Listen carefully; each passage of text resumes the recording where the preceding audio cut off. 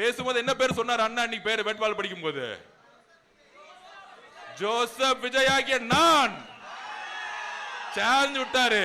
நான் ஒரு சிறுபான்மை சமூகத்தில் வந்தாலும் என்னுடைய பெயரை தெளிவா சொல்லுன்னு சொன்னாரு. ஆக்சுவலா பை எலெக்ஷன்ல ஒரு ஓட்டுக்கு 5000 கொடுத்து ஜெயிக்கலாம், உள்ளாட்சி தேர்தலில் ஒரு 5000 கொடுத்து ஜெயிக்கலாம். ஆனா 234 தொகுதிக்கு தேர்தல் வரும் தெரியுமா? நேர்மையா ஒரு எலெக்ஷன் நடக்கும் தெரியுமா? அப்ப நேர்மையான ஒரு தேர்தல் அதிகாரி வருவாங்க தெரியுமா? இந்த மாதிரி டிஜிபி எஸ்பி எல்லாம் மாத்துவாங்க தெரியுமா? அப்படி தேர்தல் நடத்தும் போது நீ 2000 கொடுத்தாலும் கரூர்ல 41 பேர் கொன்னதுக்கான காரணம் கரூர் மக்கள், தமிழ்நாடு மக்களே நம்புது செந்தில் பாலாஜி கொலை குற்றவாளின்னு. தைரியம் இருந்தா கரூர்ல நிக்கிறதுக்கு துப்பு இல்ல. நீங்க 234 தொகுதியில 200 தொகுதி ஜெயிப்பீங்களா? திறமை இல்லாத கூட்டம் தான் திமுக. வெறும் காசு எடுத்துட்டு மட்டும்தான் வருவான், பேசக்கூட தெரியாது. அதனால அகில உலக உதயநிதி ரசிகர் மன்ற தலைவராக இருந்த திரு மகேஷ் பொய்யாமொழி அவர்களை திருப்பியும் அதே சங்கத்துக்கு வீட்டுக்கு அனுப்பிச்சு விடுங்க. ஏன் தெரியுமா? திருச்சி விட்டு வெளியே வந்தாரு. ஏன் வந்தார் தெரியுமா? திருச்சி டவுன்ல நின்னா நேரனே தோக்கடிச்சிருவாரு. இது அவங்க கட்சி பாலிடிக்ஸ். திருச்சி காவல்துறைக்கு எங்களுடைய மனமார்ந்த நன்றி. இங்க இருந்த கமிஷனருக்கும் இங்க இருந்த டிசி சாருக்கும் எங்களுடைய மனமார்ந்த நன்றி. காவல்துறை இன்னைக்குதான் ஒழுங்கா செயல்பட்டுச்சு திருச்சியில. நாங்க சும்மா எல்லாம் குற்றச்சாட்டு சொல்ல மாட்டோம். ஏன்னா முக ஸ்டாலின் சருடைய அழுத்தம் திருச்சி காவல்துறை கிட்ட இல்ல. அதுதான் தேர்தல் அதிகாரி இன்னைக்கு இங்க ஸ்ட்ராங்கா இருக்காங்க, நேர்மையா இருக்கிறாங்க. இபிஎஸ் அவர்கள் போட்டியாளரா எங்க இருக்கிறான்னு கூட தெரியல பிரச்சாரம் பண்ணும் பொழுது. அப்ப ஸ்டாலின் சாரோட குறிக்கோள் என்ன? உதயநிதி சார முதலமைச்சர் ஆகணும். அடுத்தது அப்ப விஜய் சார பிரச்சாரத்துக்கே பண்ண விடக்கூடாது, அவர் கட்சியை முடக்கணும். அப்ப கரூர்ல உள்ள வந்தா ஏதாவது பண்ணிரு. மகேஷ் பொய்யாமொழி ஐடியா மணி, அந்த ஐடியா மணி அது.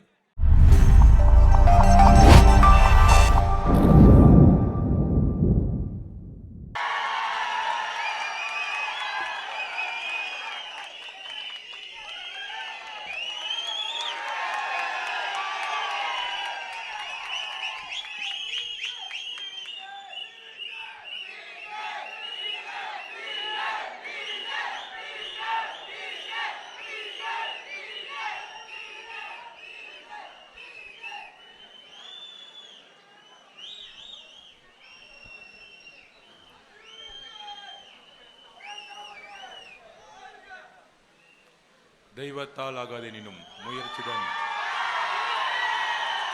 மெய்வருத்த கூலி தரும். அன்புக்கு ரொம்ப நன்றி.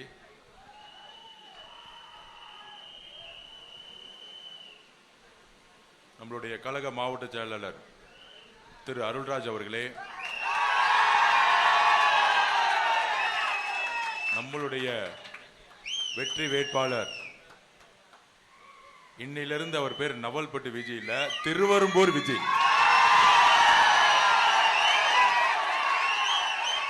வெற்றி வேட்பாளர், தலைவரின் வேட்பாளர், நம்ம தலைவர் விஜய் அண்ணாவுடைய வேட்பாளர்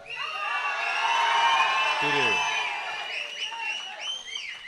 இன்னிலிருந்து நவல்பட்டு மாதிரி திருவம்பூர் விஜய்னு நம்ம கூப்பிட ஆரம்பிச்சிருந்தோம். மக்கள் கிட்ட நம்ம தலைவர் கிட்ட ஒப்படைச்சிருக்கிறாரு. அவருக்கு வாக்கள் செலுத்தி வெற்றி வேட்பாளராக நம்ம வந்து கூடிய சீக்கிரத்தில் அறிவிக்கணும். அதற்கப்புறம் அவருக்கு துணையா இருக்கக்கூடிய திரு மூர்த்தி அவர்களே, திரு கணேஷ் செல்வன் அவர்களே, திரு பார்த்திபன் அவர்களே, திருமதி துளசிமணி அவர்களே, திரு மில்டன், திரு சூரிய பிரகாஷ், திரு சாமிவேல் ராஜ்குமார், திருமதி மது ராம்பிகா, செல்வி எல்டன் குயின், திரு ரமேஷ், திரு ஜெகதீசன், திரு சௌமியா நாராயணன், திரு ஆம்ப்ரோஸ் கிளின்டன், திரு பொன்மூர்த்தி, திரு அருள் பிரசாத், திரு சிவலிங்கம், திரு விஜயபாஸ்கர், திரு பிரபாகர், திரு சுபாஷ் சந்திரபோஸ், திரு ரஞ்சித் என்கிற தங்கதுரை, திரு சந்திரசேகர், திரு நாகேந்திரன், திரு ரவிக்குமார், திரு ராம்குமார், திரு குணசேகரன், திரு பாரதி ராஜா, இன்னும் எவ்வளவோ நம்மளுடைய அம்மாக்கள், அக்காக்கள், சகோதரர்கள், சகோதரிகள், எல்லோருக்கும் என்னுடைய மனமார்ந்த வணக்கம். திருவொம்பூர், திருச்சி, அதுலயும் திருவொம்பூர்னா எனக்கு பர்சனலா ரொம்ப ரொம்ப பிடிச்ச மண். ஏன் தெரியுமா? தெரியுமா உங்களுக்கு? நான் பிறந்ததே இங்கதான்.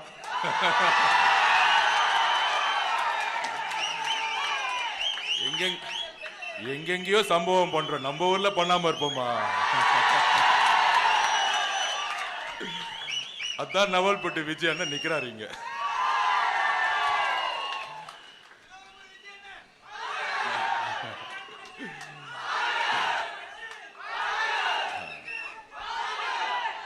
So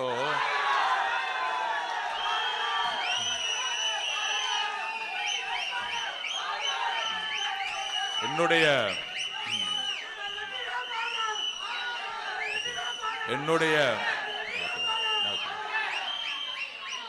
சின்ன வயசுல எல்லாத்துக்கும் தெரியும், என்னுடைய அம்மா இறந்த பிறகு, அம்மா அப்பாவை இழந்த பிறகு, என்னுடைய அம்மாவுடைய அண்ணன் தாய் மாமா அவரு தான் இங்க என்ன கொண்டு வந்தாரு. நம்ம பிஹெச்எல்ல தான் கொண்டு வளர்த்தாரு. என்ன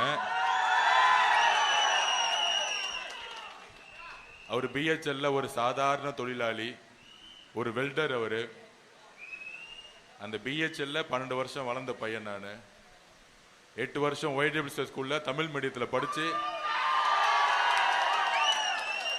4 வருஷம் நம்ம ராமகிருஷ்ணா மிஷனுடைய பிஹெச்எல் ஸ்கூல்ல படிச்சு, தமிழ் வழி கல்வியில படிச்சு, 12 வருஷமே சத்துருவம் மட்டுமே சாப்பிட்டு வளர்ந்த உடம்பு இது. சோ ஒரு வெல்டருடைய குடும்பத்துல பிறந்து, விவசாய குடும்பத்துல பிறந்து, ஒரு வெல்டர் குடும்பத்துல வளர்ந்து, இந்த பிஹெச்எல் ஹாஸ்பிட்டல்ல பிறந்தவன் தான் நான். அதனாலதான் எப்ப தலைவர் இங்க பிரச்சாரம் காலையில ஆரம்பிச்சாரோ, சாயங்காலம் திருவம்பூர் வந்துட்டேன். தலைவர் ஆரம்பிச்சா நம்ம முடிக்கணும்ல. சோ தலைவர் ஆரம்பிச்சுட்டாரு திருச்சியில. அதாவது எப்படி இருந்துச்சு பாத்தீங்களா பிரச்சாரம்? இன்னைக்கு பார்த்திருப்பீங்க. நேத்து நம்ம முன்னாள் முதலமைச்சர் மு.க. ஸ்டாலின் சார் வந்தாரு திருச்சிக்கு. வந்ததும் தெரியல, போனதும் தெரியல. வாமா மின்னல், திடீர்னு பார்த்தா காணோம். அப்படி அந்த வடிவேல் படத்துல ஒரு மாதிரி முதலமைச்சர் பிரச்சாரம் எப்படி இருக்குன்னா, காலையில பாவம் அந்த வாக்கிங் போவாங்களே, அந்த மாதிரி ஒரு ரிட்டையர்மெண்ட் வாழ்க்கையை நேத்துல இருந்து கொடுத்துட்டாங்க. அப்படியே காலையில ஒரு வாக்கிங் போயிட்டு, அதிலும் கூட இருக்க திமுக கூறங்கள்லாம் வச்சுக்கிட்டு, கொள்ளடிக்கிற கூட்டத்தெல்லாம் வச்சுக்கிட்டு, இவங்களை பார்த்த உடனே திமுக மக்கள் ஓடிட்டாங்க. ஐயோ, கூட்டிட்டு வர ஆள்லாம் யாரு? கொள்ளடிச்சுக்கிற கூட்டம். கொள்ளடிக்கிறதுக்கு ஒரு தலைவன் வந்த மாதிரி வாக்கிங் போறாங்க, நடக்கிறாங்க. அதுலயும் பாருங்க, நம்ம டிவிக்கு என்ன பயம் இல்ல, நம்ம தலைவர் விஜய் சார்னா பயம் இல்ல நம்ம அண்ணன் மேல. ஆனா பிரச்சாரம் எங்க பண்ணது? திருச்சி கிழக்குல பிரச்சாரம் பண்ணாரா? அப்ப முதலமைச்சர் ஸ்டாலினுக்கு எங்க பயம் இருக்கு? திருச்சி கிழக்குல பயம். திருச்சி கிழக்கு பயம் இல்ல, திருச்சி ஃபுல்லாவே பயம். ஏதோ ஒரு அதிமுக தொகுதியில போய் பிரச்சாரம் பண்ணலாம்ல. என்னப்பா அவங்க தான் சொல்றாங்களே, எங்களுக்கும் அதிமுக சண்டை, திமுகக்கும் அதிமுக தான் சண்டை. அதாவது இவங்க எல்லாம் எப்படின்னா, ஃபுட்பால் மேட்ச் விளையாடனா நம்ம என்ன பண்ணுவோம்? ஆப்போசிட்ல ஒரு டீம் கூட விளையாடுவோம். இந்த வாரிசுன்னு ஒன்னு இருக்கும் பாருங்க. இவங்க எல்லாம் என்ன பண்ணுவாங்கன்னா, இவங்களே ஒரு 5 பேர் அந்த பக்கம் செட் பண்ணிக்கிட்டு, இவங்களே இந்த பக்கம் விளையாடுறம விளையாண்டு கோல் போட்டுக்கிட்டு, நாங்க ஜெயிச்சுட்டோம் எப்பல இருந்து உட்கார்ந்தாங்க. அம்மா ஜெயலலிதாக்கு அப்புறம் அப்படிதான் எலெக்ஷன் நடந்துட்டு இருந்துச்சு. 3 எலெக்ஷன் அப்படிதான் நடந்துச்சு. ஆனா உண்மையான ஒரு லீடர் வந்தா எப்படி இருக்கும்? அம்மா ஜெயலலிதாக்கு அப்புறம்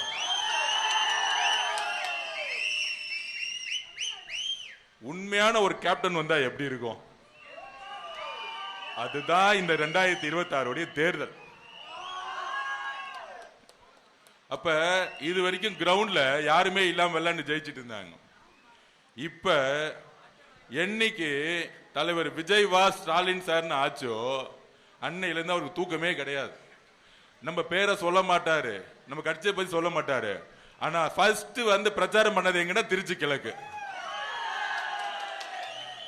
அந்த திருச்சி கிழக்குல வேட்பாளர் 5 வருஷமா காணோம். எங்க போனார்னே தெரியல. என்ன பிரச்சனைனா சென்னையில பாக்குற, வேற ஊர்ல வர, இந்த வேட்பாளர் என்ன செய்தார் அப்படின்னு மக்கள்கிட்ட போய் கேட்டா அவர் பேர் என்னன்னே எங்களுக்கு தெரியலங்க அப்படின்னு தான் சொல்லக்கூடிய பல்வேறு சட்டமன்றங்கள் இருக்கு. அதுல முக்கியமானது ஒண்ணு திருச்சி கிழக்கு. அதுல அவர் சொல்றாரு, தைரியம் இருந்தா ஒரு தொகுதியை விட்டுட்டு என் கூட ஒத்தைக்கு ஒதும்போது தேவையில்லாம ஆடு தேவையில்லாம கூப்பிட்டு 5 வருஷம் தொகுதிக்கு வரவே இல்லையா? அப்ப ஏன் 2 தொகுதியில் நிக்கிறாரு? நிறைய பேருக்கு அது புரியல. அவரு வந்து ஒரு தொகுதியில பயந்துட்டுன்னா இன்னொரு தொகுதியில் நிக்கணும். யார பார்த்து பயன்னு சொல்றது?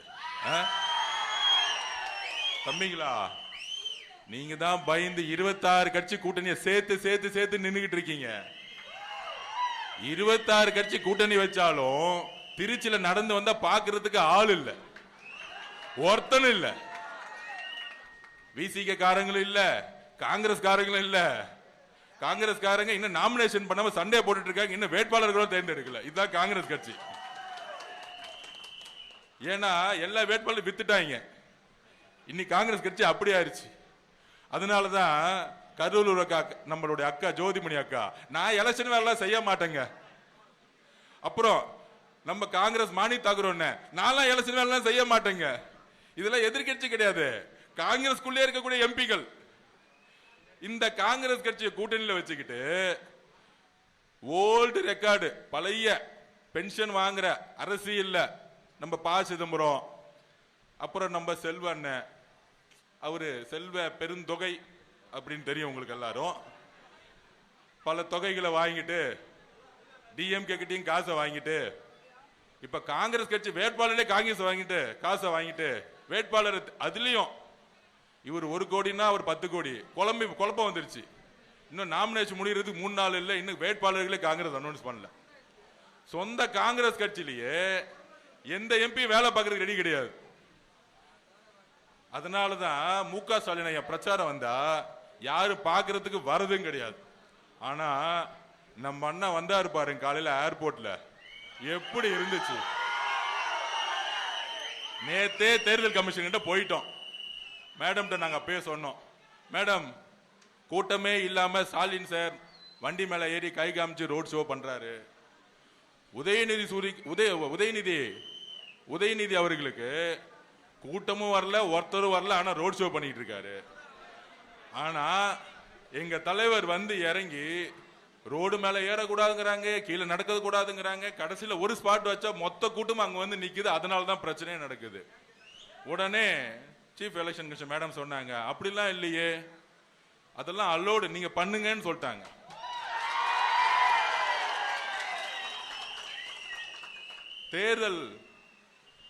தேர்தல் அதிகாரி மேடம் சென்னையில் அவங்க சொன்னாங்க, எல்லா வேட்பாளர்களுக்கும் நாங்கள் ஒன்னா தான் பார்க்குறோன்னு சொன்னாங்க.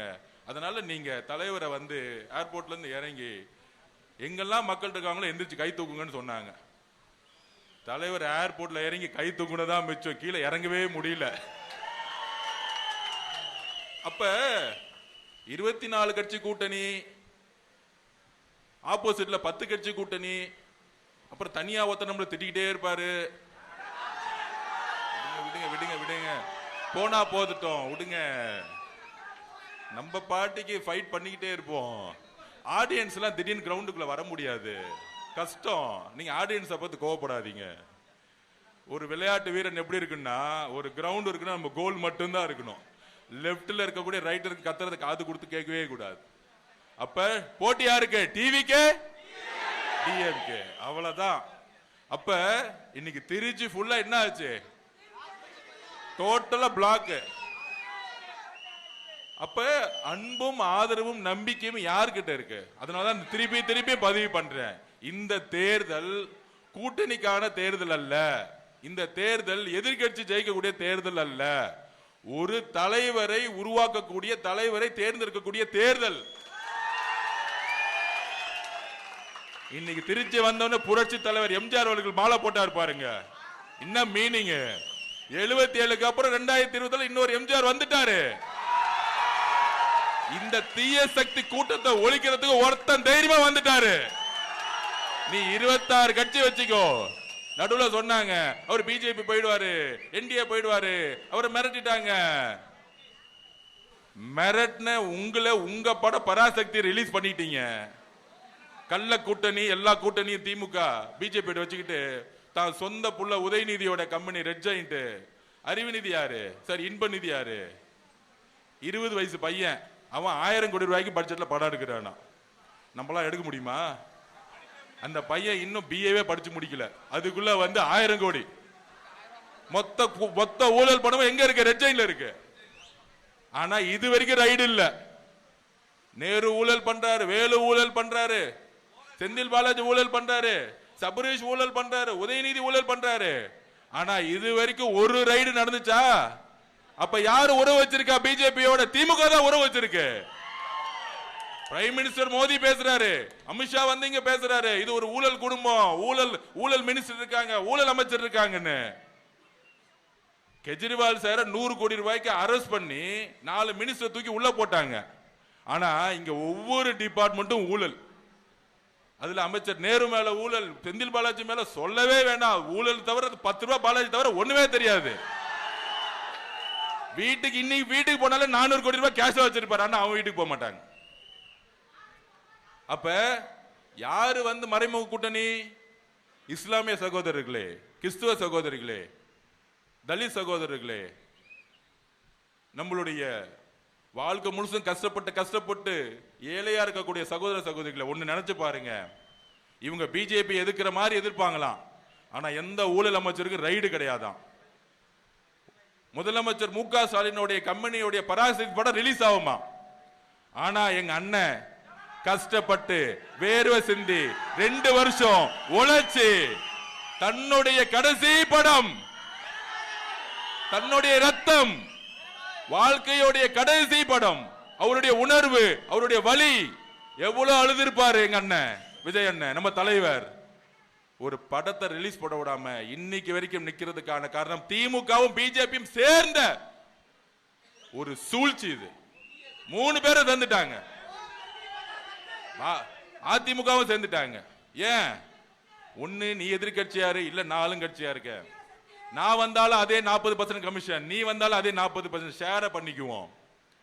திமுக ஸ்டாலின் சார் என்ன சொன்னாரு எலெக்ஷனுக்கு முன்னாடி? இபிஎஸ் அவர்கள் ஊழல் குற்றவாளி, வேலுமணி ஊழல் குற்றவாளி, எல்லாரும் ஊழல் குற்றவாளி பேசுறாரா? ஏன் இன்னைக்கு வரைக்கும் யாரையும் அரெஸ்ட் பண்ணல?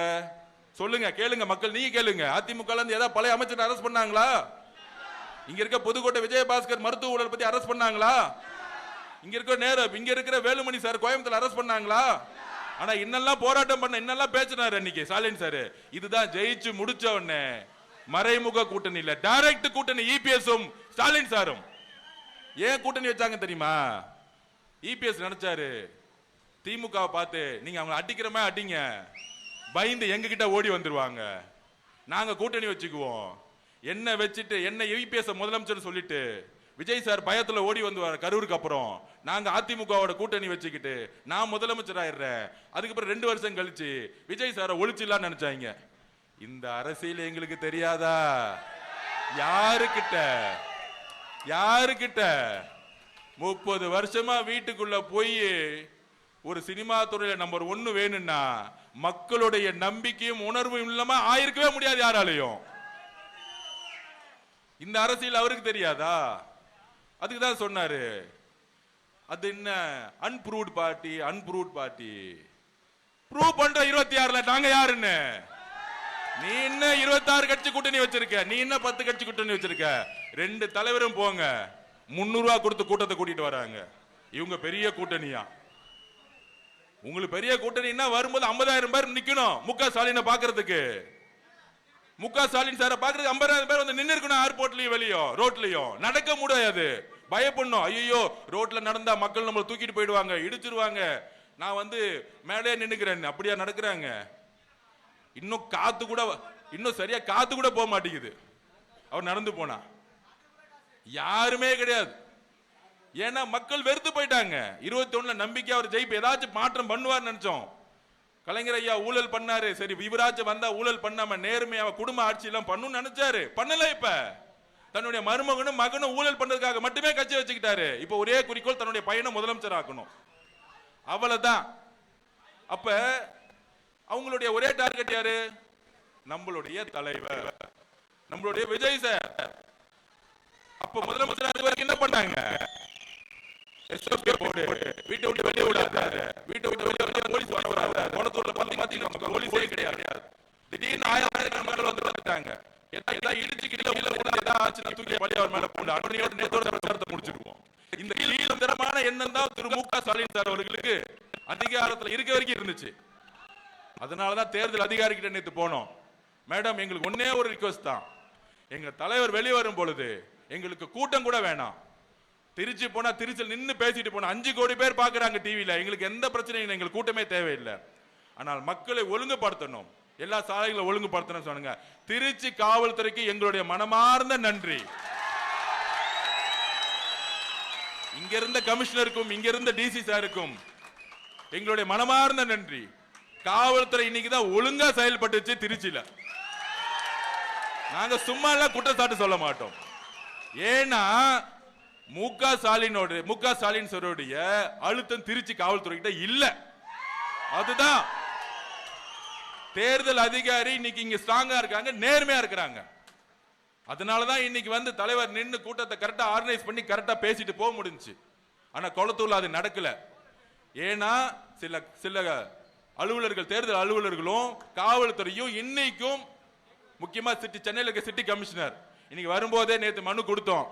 தலைவருடைய மனுக்கு இன்னைக்கு ஒரு ரிசல்ட் வந்திருக்கு. டிஜிபியை மாத்திட்டாங்க. இன்னைக்கு இப்ப டிஜிபி மாத்திட்டாங்க. நேர்மையான அரசு இருக்கும் பொழுது நம்மளுடைய தலைவருடைய பிரச்சாரத்தை யாராலும் நிப்பாட்ட முடியாது. இதுதான் உண்மை. சோ அப்படி இருக்கும் பொழுது பிரச்சாரம் ஸ்டார்ட் ஆயிருச்சு. இன்னுமேட்டு அவரை நிப்பாட்ட முடியாது.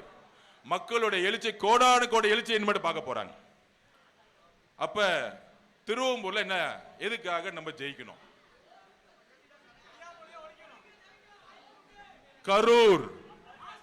கரூர்ல 41 பேர் உயிரிழப்பு. செந்தில் பாலாஜி எக்ஸிகியூஷன், செயல்படுத்தல். முக்கிய மூளை யார் தெரியுமா? மு க ஸ்டாலின் சார். அதுக்கப்புறம் மகேஷ் பொய்யாமொழி. ஏன் தெரியுமா பண்ணாரு?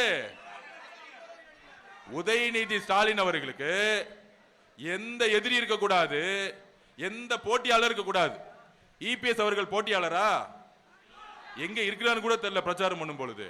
அப்ப ஸ்டாலின் சாரோட குறிக்கோள் என்ன? உதயநிதி சார முதலமைச்சர் ஆக்கணும். அடுத்தது அப்ப விஜய் சார பிரச்சாரத்துக்கே பண்ண விடக்கூடாது, அவர் கட்சியை முடக்கணும். அப்ப கரூர்ல உள்ள வந்தா ஏதாவது பண்ணிரு. மகேஷ் பொய்யாமொழி ஐடியா மணி, அந்த ஐடியா மணி, அது மூளையே இல்லாதவெல்லாம் ஐடியா கொடுத்துட்டு இருக்கான். அப்ப கரெக்டா பிளான் பண்ணி நம்ம மக்களை வந்து ஏதோ ஒண்ணு போய் நம்ம மக்களை வந்து எவ்வளவு பெரிய இழப்பை நம்ம பார்த்தோம். பார்த்து முடிச்ச பிறகு ஃபர்ஸ்ட் செந்தில் பாலாஜி 5 நிமிஷத்துல உள்ள போயிட்டார். எப்படி இந்த சினிமா படத்துல சொன்ன மாதிரி ஒரு போலீஸ் வருமே, அது மாதிரி ஃபர்ஸ்ட் போயிட்டார். செகண்ட் வந்தவர் யாரு? இது வரைக்கும் தமிழ்நாட்டில் எவ்வளவோ மரணங்கள் நடந்திருக்கு, எவ்வளவோ வந்து இறப்புகள் நடந்திருக்கு. எனக்கு தெரிஞ்சு மகேஷ் பொய்யாமொழி போய் பார்த்த ஆறுதல் சொன்ன நிகழ்ச்சினா பார்த்ததே கிடையாது. ஃபர்ஸ்ட் போனாரு. ஃபர்ஸ்ட் போயிட்டு நம்ம மேல ஒரு பெரிய குற்றச்சாட்டு டிவி ஃபுல்லா சொல்ல ஆரம்பிச்சுட்டாங்க. ஃபால்ஸ் ப்ரொபகண்டா பிரச்சாரம் பண்ண ஆரம்பிச்சுட்டாங்க தலைவர் மேல. ஆனா காலையில 11 மணிக்கெல்லாம் மக்கள் வந்து அப்படியே திமுக பக்கம் திரும்பிட்டாங்க எதிர்ப்பா. ஏன் தெரியுமா? அந்த ஒரே ஒரு மகேஷ் பொய்யாமலுடைய நடிப்பு. அதாவது அதாவது நம்மளை பார்த்து எப்பயுமே திமுக விமர்சனம் பண்ணுவான். இது ஒரு நடிகர் கூட்டம், நடிகர் கட்சி, கரெக்டா? மகேஷ் பொய்யாமொழி யாரு? மொழிப்போர் தியாகிய, மொழிப்போர் தியாகிய. மகேஷ் பொய்யாமொழியில மகேஷ் பொய்மொழி, பொய்மொழினே கூப்பிடுங்க.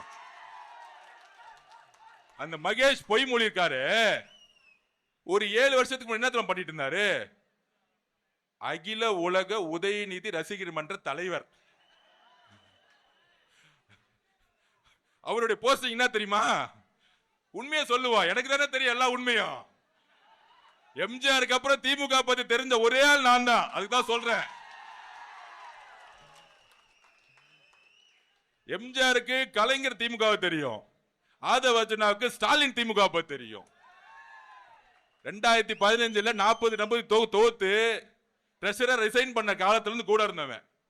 மக்கள் ஏமாந்த மாதிரி நானும் ஏமாந்துவேன். இவர் ஏதாவது நல்லது செய்வாரு, என்ன பார்க்கும் போதெல்லாம் சொல்லுவாரு, அதவ் ஒரு காமராஜர் ஆட்சியை கொடுக்கணும் தான் நான் வந்திருக்கேன், நீங்களா சேர்ந்து வேலை பண்ணுங்கன்னு என்ன பார்க்கும் போதெல்லாம் சொல்லுவாரு.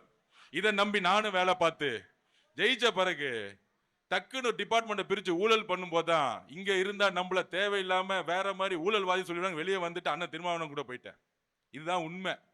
அப்ப மகேஷ் பொய்யாமொழியோடைய வேலை என்ன தெரியுமா? 7 வருஷத்துக்கு முன்னாடி அகில உலக உதயநிதி ரசிகர் மன்ற தலைவர். நடிக்க தெரியாத ஒரு நடிகருக்கு உலக ரசிகர் மன்ற தலைவர். ஏன் நடிக்க வச்சாங்க? ஒரு 10 படத்தை நடிக்க வச்சு பிரபலமாக்கி உடனே இளைஞரணி தலைவர், உடனே வந்து எம்எல்ஏ, உடனே அமைச்சர், உடனே துணை முதலமைச்சர், உடனே முதலமைச்சர். தில்லு இருந்தா எங்க அண்ணன் மாதிரி கட்சியை தனியா ஸ்டார்ட் பண்ணி சினிமாவை விட்டுட்டு அண்ணா தொடங்கிய பிராண்ட் இல்லாம, அண்ணா தொடங்கிய கட்சி இல்லாம, கலைஞர் பேரை சொல்லாம, உங்க அப்பா பேரை சொல்லாம, மாண்புமிகு உதயநிதி அவர்களை தில்லு இருந்த ஒரு கட்சியை நின்று அதே சேப்பாக்கல் தொகுதி நின்று ஜெயிச்சு காமிச்சு பார்ப்போம். ஜெயிச்சு காமிச்சிரு. நீங்க தான் சொல்றீங்களே எங்க தலைவர் விஜய் எல்லாம் ஒரு ஆளு இல்ல நடிகர்னு. தில்லு இருந்த முக ஸ்டாலின் அவர்களே, நீங்க எங்க தலைவர் ஏத்து நில்லுங்க, நில்லுங்க, நில்லுங்க. வந்து கொளத்துருட்டு வெளியே வாங்க, பக்கத்துல பெரம்பூர் நில்லுங்க. இன்னும் 2 நாள் இருக்கு நாமினேஷன், 2 நாள் தானே இருக்கு, வாங்க நில்லுங்க. எதுக்கு பாவம் இங்க இருக்க ஒரு ஆடை வந்து பலிகடாக்குறீங்க? அந்த எம்எல்ஏ பேர் என்னப்பா? புரியல. என்ன அந்த பாவம், அவங்களுக்கு ஒரு ஆடு வேணும் இல்ல வெட்டுறதுக்கு. பாவம் அண்ணன், எனக்கு தெரிஞ்சவர் தான் அவரு. கேட்டா வந்து கிறிஸ்துவ தோழர்களுக்கு நாங்கள் வந்து கொடுக்கிறோம், ஒன்னும் கொடுக்க மாட்டாங்க, ஏமாத்துவாங்க. பேசும்போதே சொன்னாரு, பேசும்போது என்ன பேர் சொன்னார் அண்ணா அன்னைக்கு பேரு வேட்பாளர் படிக்கும் போது? ஜோசப் விஜய் ஆகிய நான் சேலஞ்ச் விட்டாரு. நான் ஒரு சிறுபான்மை சமூகத்தில் வந்தாலும் என்னுடைய பெயரை தெளிவா சொல்லுன்னு சொன்னாரு. ஆக்சுவலா அப்படி எங்க அண்ணன், எங்க தலைவர் விஜய் சார் தான் உங்களுக்கு ஆளே இல்ல. முக ஸ்டாலின் சார் வந்து நில்லுங்க, திருச்சி கிழக்குல வாங்க. ஏன் குளத்தூர்ல நிக்கிறீங்க? பக்கத்துல பெரம்பூர்ல வந்து நில்லுங்க. ஏன் சேப்பாக்கத்துல உங்க கலைஞர் வந்து செட் பண்ண ஒரு தொகுதியை வச்சிருக்கீங்க? உங்க மகனை தைரியம் இருந்தா, தில்லு இருந்தா பக்கத்துல பெரம்பூர்ல நிக்க வைக்க வேண்டியதானே? அது போட்டி. பேரே தெரியாத அளவுல நிக்க வச்சுக்கிட்டு எங்களுக்கு பயம் இல்ல, எங்களுக்கு பயம் இல்ல. இந்த வடிவேல் சொல்லுவானே, பில்டிங் ஸ்ட்ராங் பேஸ்மெண்ட் வீக். அதுதான் முக ஸ்டாலினோட நிலைமை. இப்படி நின்று பேசலாம்னு வச்சுக்குவாங்க, கை மட்டும் இப்படி அசையும், கால் கிடு ஆடிட்டு இருக்கும். சோ இன்னைக்கு திமுக நிலைமை அதுதான், பில்டிங் ஸ்ட்ராங் சொல்லிட்டு கால் ஆடிட்டு இருக்கு, பேஸ்மெண்ட் வீக். 26 கட்சியை சேர்க்கிறாங்க. அதுல இன்னொரு தகவல் சொல்றேன், நம்ம திருமானா இருக்கார் பாருங்க, பிசிகே சட்டசபையில தேர்தல்ல 15 வருஷம் கழிச்சு வராரு. நான் அது அப்பயே சொன்னேன், சட்டசபை தேர்தல்ல போட்டி போட்டு வாங்கினேன் அப்படின்னு. இப்ப வராரு. அதுல என்ன சொன்னாரு? இதுல இருந்தே அவர் ரிசல்ட் அனௌன்ஸ் பண்ணிட்டாரு.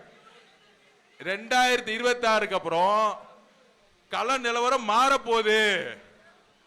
அதனால விசிகேல யார் யாரெல்லாம் திமுக ஆதரவு எம்எல்ஏ இருந்தாலும் அவனுக்கு சீட்டு கொடுக்கல. இதுதான் நான் அன்னைக்கே சொன்னேன், அண்ணன் கட்சியில பாதி பேர் திமுக இருக்காங்க, தயவு செஞ்சு சீட்டு கொடுக்காதீங்க, கட்சியை உடைச்சிட்டு போயிடுவாங்க. கரெக்டா முடிவு பண்ணாரு இன்னைக்கு.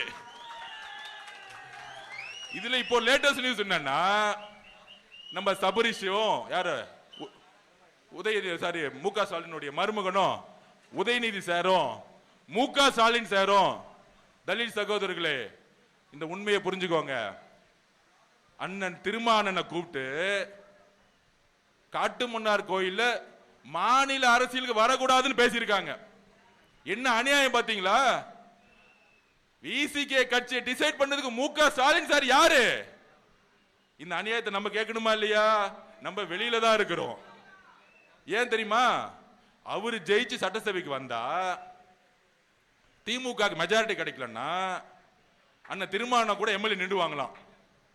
விசிகே எம்எல்ஏ விலைக்கு வாங்குறதுக்கு இப்பயே திமுக முற்பட்டாங்க. நேத்து 2 நாளா இந்த வேலை ஓடிட்டு இருக்கு. நீங்க மாநில அரசுக்கு வரக்கூடாது, நீங்க டிவிக்கு நீங்க காட்டுமன்னார் கோயில் நிக்கிறத வாபஸ் பண்ணுங்க. இது யார் சொல்றது? மு.க. ஸ்டாலின் சார் சொல்லிட்டு இருக்காரு. இது யார் சொல்றது? திரு சபரீஷ் சார் கூப்பிட்டு சொல்லிட்டு இருக்காரு. இது யார் சொல்றது? உதயநிதி சார் சொல்லிட்டு இருக்காரு. ஏன் தெரியுமா? அவர் மேல நமக்கு எந்த விமர்சனம் இல்ல, ஒரு நல்ல ஆளுமே, ஒரு நல்ல அறிவாளி திருமான். ஆனா சட்டசபைக்கு வந்தா என்ன ஆயிடும்? உதயநிதிக்கு அவர் சேலஞ்ச் பண்ணிடுவாராம். அதனால நீங்க டெல்லி ஓடிருங்க, டெல்லி பக்கம் போய் சண்டை போடுங்க, நாங்க பிஜேபி எதிர்க்கிறவா எதிர்த்துட்டு இருப்போம். உதயநிதி சொல்லுவாரு, மோடி அவர்களே, அமித்ஷா அவர்களே அப்படின்னு பேசிட்டு வர வசூல்ல பாதி வசூல் அங்க கொடுத்துட்டு இருப்பாங்க டெல்லிக்கு. அண்ணன் பாவம் டெல்லியில போய் கடுமையா சண்டை போட்டுட்டு இருப்பாரு.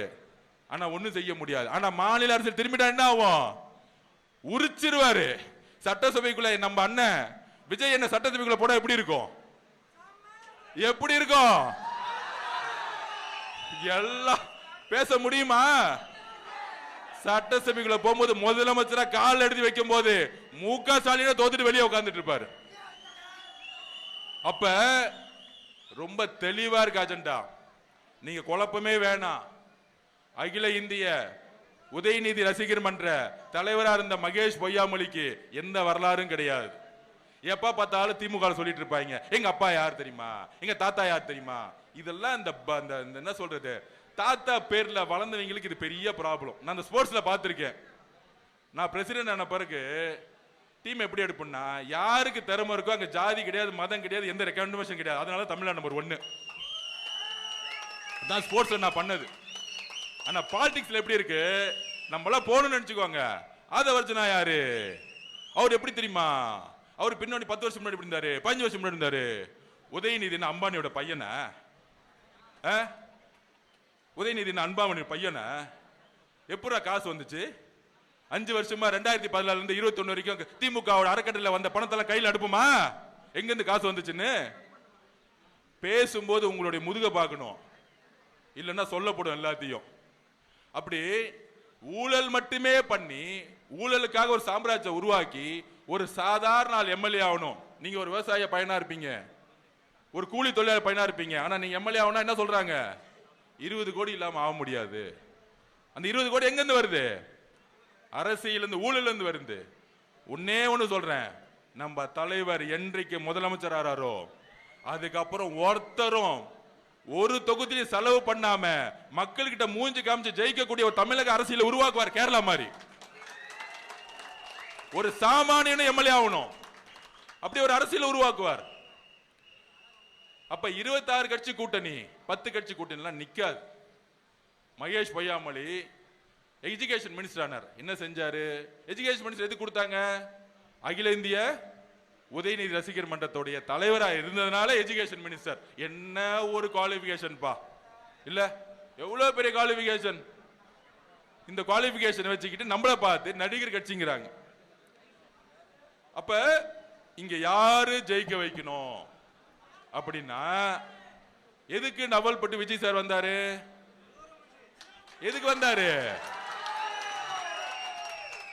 எதுக்கு வந்தாருன்னா, நம்ம சொல்லுவாங்கல்ல ஒரு பழமொழி, அவன் ஏரியால போய் அவன் பொருளே போட்டாட்டி, அவ்வளவுதான். 2016 தெரு தெருவா நின்னு ஒரு கள நிர்வாகிய நின்னு ஜெயிக்க வச்சவர் திமுகவை. 2021 மகேஷ் பொய்யாமலிக்கு தொகுதி இருக்க மக்களையும் தெரியாது, இந்த ரோடும் தெரியாது, இந்த தொகுதி பத்தியும் தெரியாது.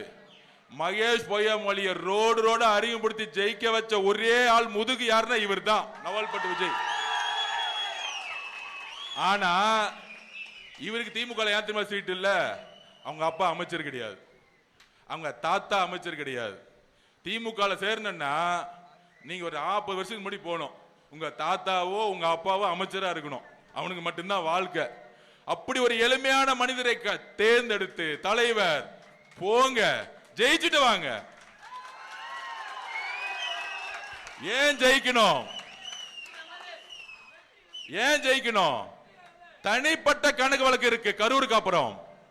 இந்த கரூருடைய சூழ்ச்சி இருக்கு, நம்மளுடைய மக்களை இழந்தமே 41 குடும்பத்தை, அதனுடைய சூத்திரதாரி மகேஷ் பொய்யாமொழி. அப்ப அன்னைக்கு நைட்டு நடிச்சு உச்ச நீதிமன்றத்தில் மாட்டி இன்னைக்கு திமுக குற்றவாளி கூண்டுல கரூர்லே நிக்குது. அதை செயல்படுத்தியவர் யாரு? செந்தில் பாலாஜி. திமுக ஜெயிக்கவே ஜெயிக்காதுங்கிற அதுக்கு நான் ஒரு சிம்பிள் எக்ஸாம்பிள் இப்பயே சொல்லிடுறேன், ஒரு எடுத்துக்காட்டு. மீடியா நண்பர்கள் நல்லா பாருங்க. அப்புறம் இந்த திமுகல ஒரு 200 பேர் காசு வாங்கிட்டு மீடியால உட்காந்துக்கிட்டு வாய்க்கிலே பேசுவாங்களே, அவங்களும் கொஞ்சம் நேரம் மூஞ்ச பாத்துக்கோங்க. நான் பதில் சொல்றேன். திமுக பெரிய கட்டமைப்பு இல்ல, கரெக்ட் தானே? பெரிய கட்டமைப்பு, நாங்க 75 வருஷ கட்டமைப்பு. அதுல இன்னைக்கு முக ஸ்டாலின் சார் யார பயங்கரமா கொண்டாடுறாரு நீங்களே சொல்லுங்க. ஒரு பெரிய தேர்தல் அறிவாளி, ஒரு பெரிய தைரியசாலி அப்படின்னு யாரோ சொல்றாங்க. இப்ப லேட்டஸ்டா வந்த செந்தில் பாலாஜி, எனக்கு அவரை பத்தி தெரியும். இடி ரைடு வந்தவருக்கு என்ன ஆச்சுன்னு நான் சொல்ல முடியாது. நாங்க எங்க தலைவர் சிபிஐ ரைடு வரும்போது எல்லா என்கொயரி அட்டன் பண்ணிட்டு வெளியே வரும்போது எந்திரிச்சு நின்று கை காமிச்சிட்டு வந்தவர் எங்க தலைவர். நீ இடி ரைடு வந்ததுக்கு பேண்ட்ல என்ன நடந்துச்சுன்னு தெரியும், அது சொல்ல வேணாம், விட்டுருங்க. இன்னமேட்டு செந்தில் பாலாஜிக்கு ரைடு வந்துச்சுன்னா டைப்பர் அமுச்சு விடுங்க. இவங்க எல்லாம் தைரியமானாலும் நம்மளை பார்த்து சொல்றாங்க. அப்ப பெரிய ஆளுங்கட்சி 24 கட்சி கூட்டணி ஒரு தொகுதி 20 கோடி ரூபாய் வச்சிருக்கோம், 2500 கோடி 3000 கோடி செலவு பண்ண போறாங்க, இந்த மாயெல்லாம் உருவாக்குறாங்கல்ல. செந்தில் பாலாஜிக்கு எல்லா தேர்தல் தெரியும்ல, ஏன் கரூரை விட்டுட்டு கோயம்புத்தூர் ஓடினார் சொல்லுங்க? சொந்த மண்ணை விட்டுட்டு யாரா ஓடுவாங்களா? ஏன்? பை எலெக்ஷன்ல ஒரு ஓட்டுக்கு 5000 கொடுத்து ஜெயிக்கலாம், உள்ளாட்சி தேர்தலில் ஒரு 5000 கொடுத்து ஜெயிக்கலாம். ஆனா 234 தொகுதிக்கு தேர்தல் வரும் தெரியுமா? நேர்மையா ஒரு எலெக்ஷன் நடக்கும் தெரியுமா? அப்ப நேர்மையான ஒரு தேர்தல் அதிகாரி வருவாங்க தெரியுமா? இந்த மாதிரி டிஜிபி எஸ்பி எல்லாம் மாத்துவாங்க தெரியுமா? அப்படி தேர்தல் நடத்தும் போது நீ 2000 கொடுத்தாலும் கரூர்ல 41 பேர் கொன்னதுக்கான காரணம் கரூர் மக்கள், தமிழ்நாடு மக்களே நம்புது செந்தில் பாலாஜி தான் கொலை குற்றவாளின்னு. அவர் எடுத்த சர்வேலே தெரியுது, இங்க நின்னா வாஷ் அவுட் ஆகும், டெபாசிட் ஆகாதுன்னு.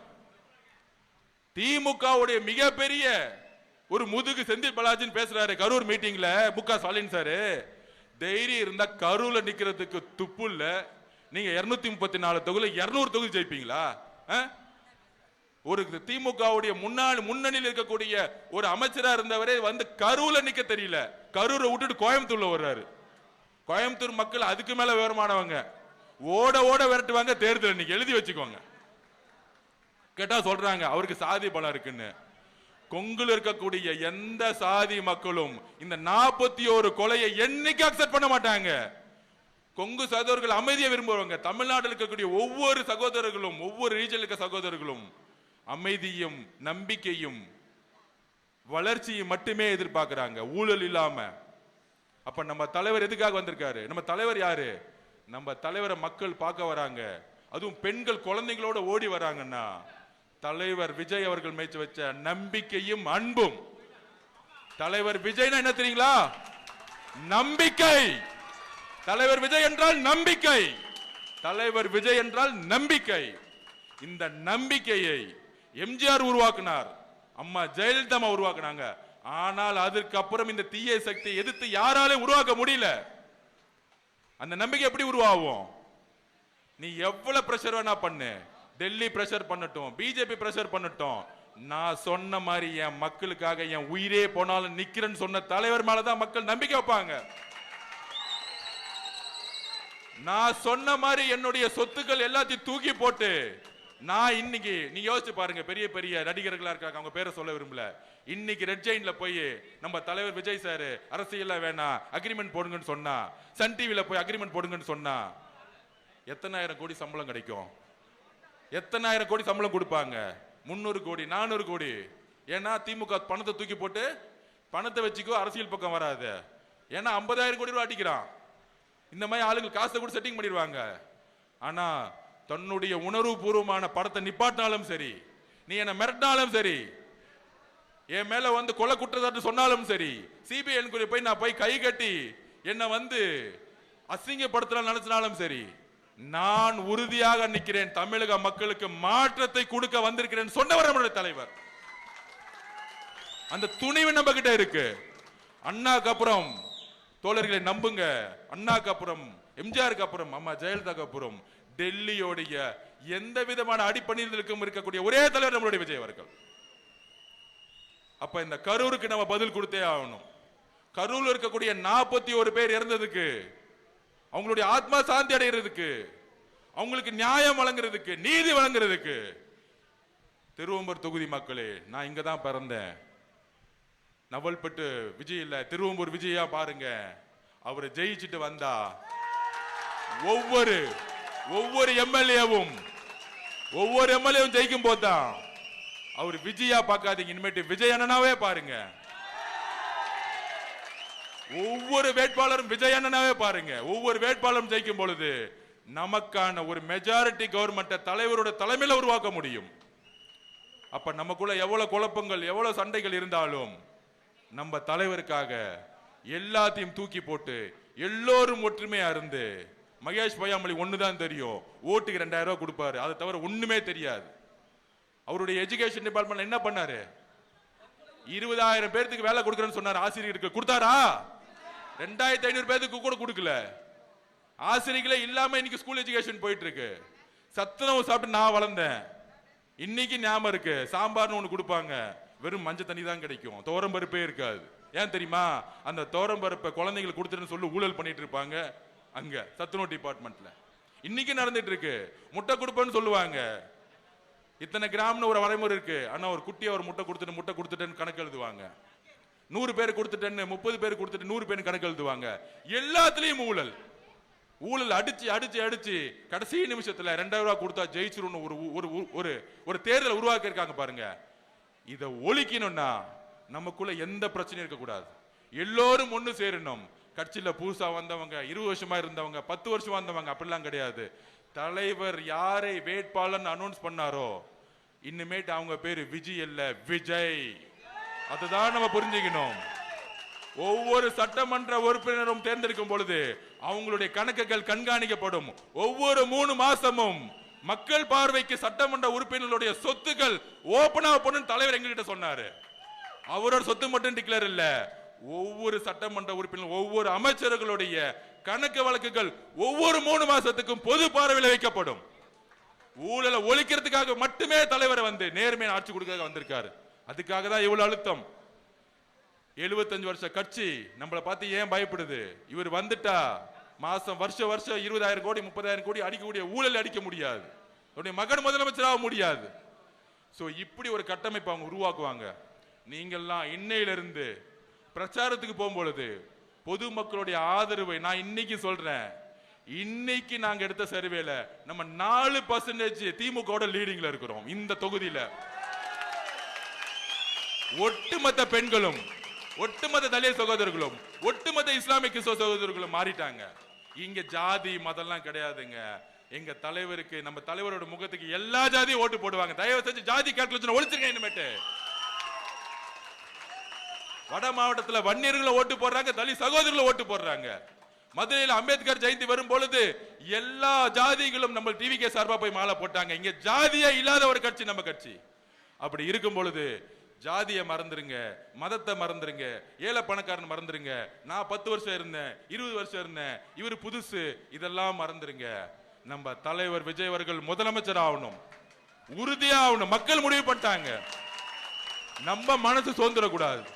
டிவியே பார்க்காதீங்க, இன்னும் 20 நாளைக்கு டிவியே பார்க்காதீங்க, யூடியூப் பார்க்காதீங்க, பேப்பர் பார்க்காதீங்க. ஏன்னா 1000 கோடி 500 கோடி டிவிக்கும் நியூஸ் பேப்பருக்கும் யூடியூப் சேனலுக்கும் செலவு பண்ணி பார்க்கக்கூடிய 200 பேர் 300 பேர் நம்ம தலைவருக்கு எதிராக பேசுறதும் நம்ம கட்சிக்கு எதிராக பேசுறது மட்டுமே பிரச்சாரமா வச்சிருப்பாங்க. அதனால அவங்க ஜெயிப்பான்னு நினைக்கிறீங்களா? கிடையாது. 2011 உங்களுக்கு ஞாபகம் வந்திருக்கும், அம்மா ஜெயலலிதா அம்மா ஊட்டியில தூங்கிட்டாங்க, அவங்க வரமாட்டாங்க, அரசியல் விட்டு ஓட்டாங்க, உடம்பு சரியில்லை, நடக்க முடியல, எல்லா பிரச்சாரம் கலைஞர் பண்ணாரு. கூட இருந்தது யாரு? காங்கிரஸ், விசிகே, பிஎம்கே, எல்லா கட்சியும் கூட்டணி சேர்த்துக்கிட்டாங்க. எதிர்கட்சியா கூட ஆகல. இதுதான் உண்மை, எழுதி வச்சுக்கோங்க. திமுக எதிர்கட்சி ஆச்சா? ஆவாது. 2வது தாட்டி திமுக ஜெயிச்ச வரலாறே கிடையாது. எழுதிக்கோங்க, இதான் சொல்ற வரலாறு தான். மக்கள் தேர்ந்தெடுத்த வரலாறே கிடையாது. அவங்க அப்பா கலைஞராலே ஜெயிக்க முடியாது, ஸ்டாலினால ஜெயிக்க முடியும் நினைக்கிறீங்களா? அவர் ஒரு ஆளுமன் கூட சொல்லலாம், அவராலே ஜெயிக்க முடியல. மக்கள் தூக்கி எறிஞ்சிருவாங்க. கிரவுண்ட் அப்படி இல்ல, கீழம் களம் வேற மாதிரி இருக்கு. ஆனா அந்த மீடியாவுக்கு புரியாது. டெல்லி மீடியா, இங்கிலீஷ் மீடியா, டெல்லியில இருந்து வரவங்க, டெல்லியில இருந்து பிஜேபியில் வரவங்க ஏதோ உளறிட்டு இருப்பாங்க. நம்மளோட வேலை எப்படி இருக்கணும்? நம்மளோட பிரச்சாரம் எப்படி இருக்கணும்? எல்லா பகுதியிலும் எல்லா ஒன்றியத்திலும் எப்படி பிரச்சாரம் பண்ண நான் சொல்லிக்கிறேன். ஒன்றிய செயலாளர்கள், கழக நிர்வாகிகள், கிளை கழகம் எல்லாத்துக்கும் நான் சொல்லிடுறேன். நம்மளுடைய கட்சியோட கட்டமைப்பு என்ன தெரியுங்களா? இந்த கட்சியை உருவாக்கியது பெண்கள். எழுதி வச்சுக்கோங்க, இந்த கட்சியை உருவாக்கியது யார்? பெண்கள். நம்ம கட்சியோட அடித்தளம் யார்?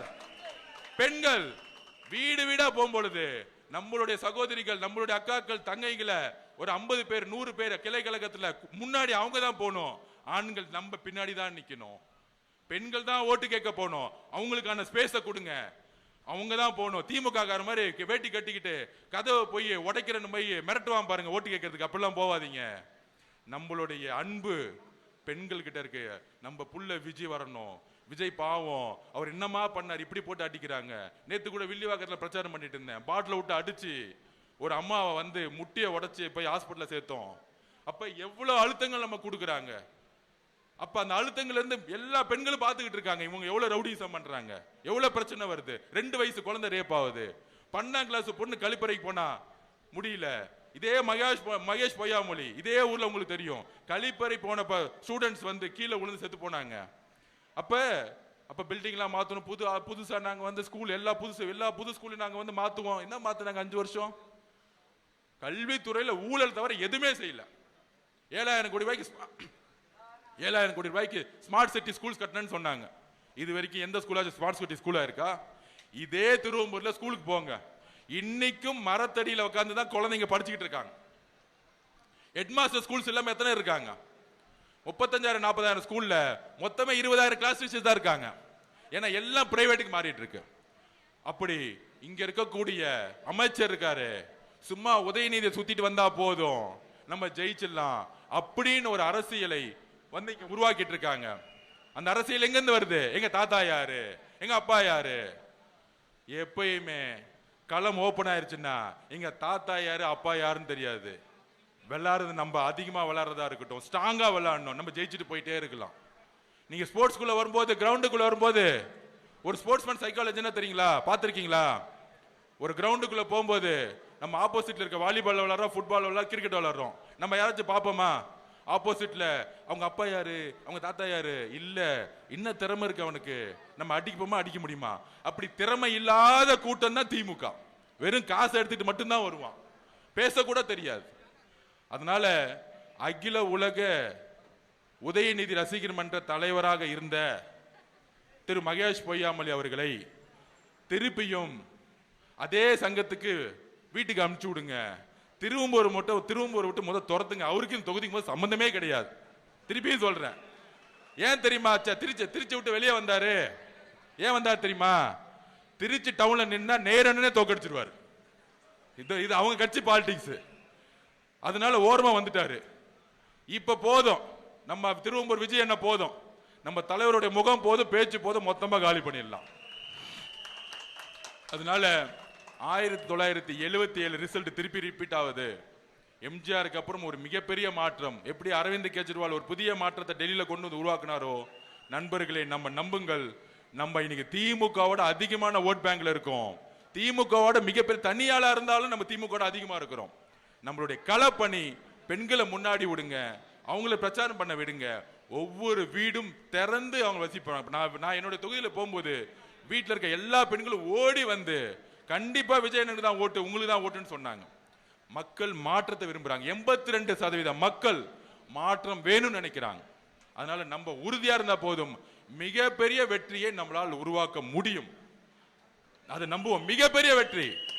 வரலாறு என்னத்துமா சொல்லும், மே 4ஆம் தேதி 24 கட்சி கூட்டணி உருவாக்கின ஸ்டாலின், 10 கட்சி இருந்த எதிர்கட்சியா இருந்த தலைவர், ஆனால் சிங்கிளா டிவிக்கு மெஜாரிட்டியோட ஜெயிச்சு ஒரு வரலாறு உருவாக்க முடியும்.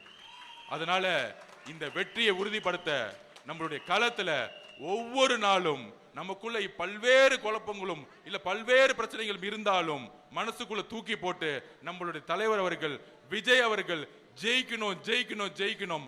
அவர் ஜெயிச்சாதான் அடுத்த தமிழ்நாடு மாற்ற முடியும். திருப்பியும் திமுக வந்தா தமிழ்நாடை யாராலுமே காப்பாற்ற முடியாது.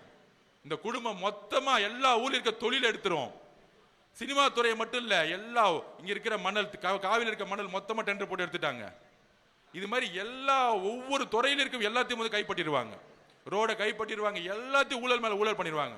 நேர்மையான ஆட்சி வேணும்னா மாற்றம் உருவாகணும். அதுக்கு நம்ம தலைவரை முதலமைச்சராக ஒவ்வொரு வேட்பாளரும் ஜெயிக்கணும். இது வேட்பாளர்களுக்கான தேர்தல் இல்ல. நான் திருப்பி சொல்றேன், நவல்பட்டு விஜய் அவர்களை திருவம்பூர் விஜய் அவர்களா மாற்றணும். ஏனென்றால் விஜய் என்பவர் நம்மளுடைய தலைவர் விஜய் அவர்களா பாருங்க.